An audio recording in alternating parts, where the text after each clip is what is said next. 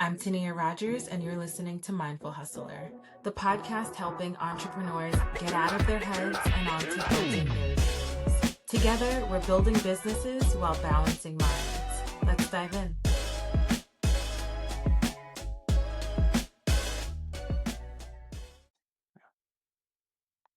Hey there, friends. Today it's just you and me, and we're just going to have a little chat about some of the biggest psychological blockers that I see in the way of some aspiring entrepreneurs, especially female entrepreneurs, or what I like to call my future female founders. It's something that I really take to heart both personally and professionally. On one hand, I've been there before launching my business, and there were so many mental blockers allowing me to self sabotage. And that kept me really stuck, stagnant, and silent. Some of the biggest psychological blockers that I've seen in other female founders include fear of being seen and judged, fear of failure, fear of starting over or starting something new, especially in front of people, fear of being wrong, fear of being bad at something and ultimately disappointing yourself or others. Also, perfectionism and procrastination. Those are some of the biggest mental blocks that really keep women, especially, from launching. And I think it's really important to reframe fear, especially for aspiring entrepreneurs. So I like to look at fear as feedback.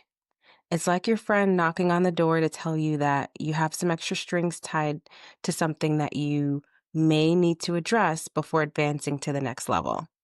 So, fear is, of course, meant to protect us and keep us from death, really. But the pain that we're really trying to avoid when it comes to launching something or starting something new is ultimately not really pain. It's just the discomfort that comes with doing something unknown and with growth. It's meant to be uncomfortable because you're stretching and you're growing. So the more we adjust our expectations and perspective of fear, and really try to reframe it from a negative thing, the better off we'll be and the quicker we'll act. I think people should expect fear and welcome it and really embrace it, and then still be able to act anyway. The biggest link between trauma and perfectionism in business that I've seen as a therapist is when people are afraid to get it wrong or to make a mistake or look foolish, they really stop themselves from ever making moves or from being consistent because they start to doubt themselves and then they end up self sabotaging. One of the things that's really helped me on my journey in launching early on was overcoming the fear of looking like I don't know what I'm doing, especially coming from someone who used to take pride in just having things figured out. At least I thought I did. And it's really a blow to the ego when you don't know or you appear to be lost, right? And so I think that's a really big thing that stops a lot of people from starting new things. It's just, how will others perceive me? I'm going to look like, I don't know what I'm doing. I'm going to look foolish. And when launching this podcast, I actually told myself that it didn't matter what the videos look like. They could look like janky in the beginning. I really don't care. It's not about what it looked like. It's not about even what I sound like. It's all about the message and really the meat of it all and what I'm trying to do. So I challenged my inner child by taking imperfect action every day, no matter how it looked. So truthfully, I hated my clip art cover. I just threw a random picture of myself together on Canva, had no clue how to design it, and my inner child work was to create it anyway and to focus not on how it looked, but on the message and the concept. I told myself you can always go back, you can always focus on the design and make it look better eventually, but what's important is the meat, not the extra sauce on top. So the more I focused on the actual work and not the sprinkles, the more consistent I became, and I didn't let what I didn't know how to do stop me. If I started to focus on the imperfections, I would have never launched at all. The real inner work for women trying to build a brand from the inside out starts with following and leaning into the discomfort and really paying attention to and embracing the things that make us uncomfortable. I look at discomfort as a growth opportunity and like a little messenger.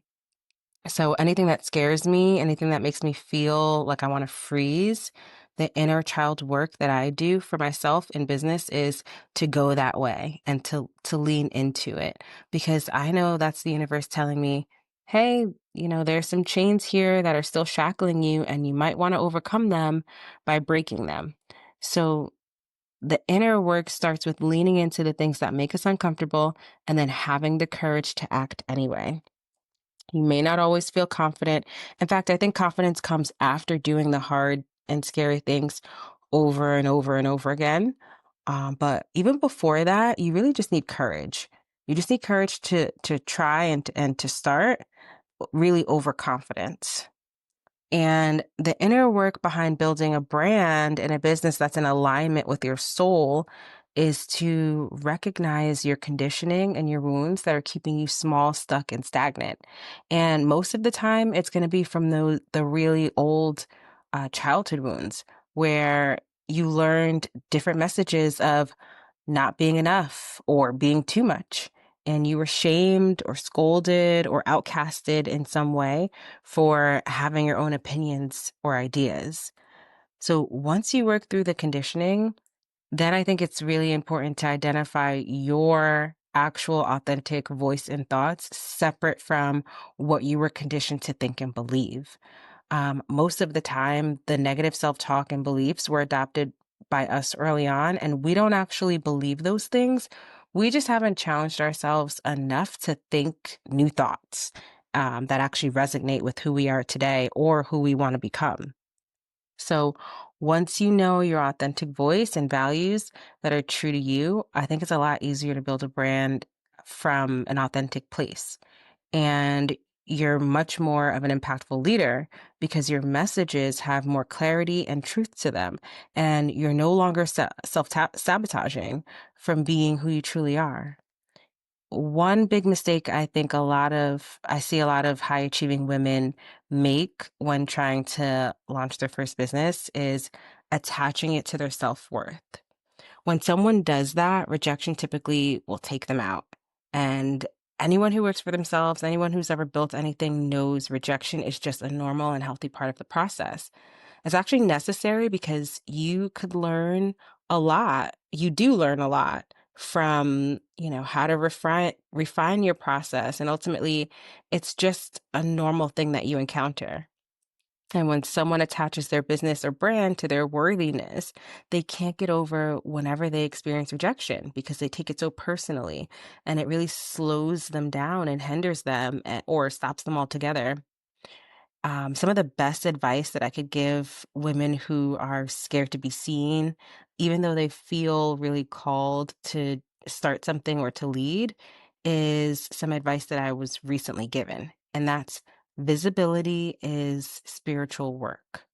It requires radical self acceptance and requires you to overcome old wounds and conditioning that made you believe you weren't enough or you were too much. Being able to feel afraid or unsure of yourself and still speak your truth in a visible and radical way is an act of self care. It's an act of self love. And it's a big FU to the past traumas working to shrink you and keep you silent. All right, guys, that's it for this solo episode. I hope it encourages you to finally get out there and share your gifts with the world and finally overcome the mental gymnastics keeping you stuck and keeping your dreams hostage. See you next time.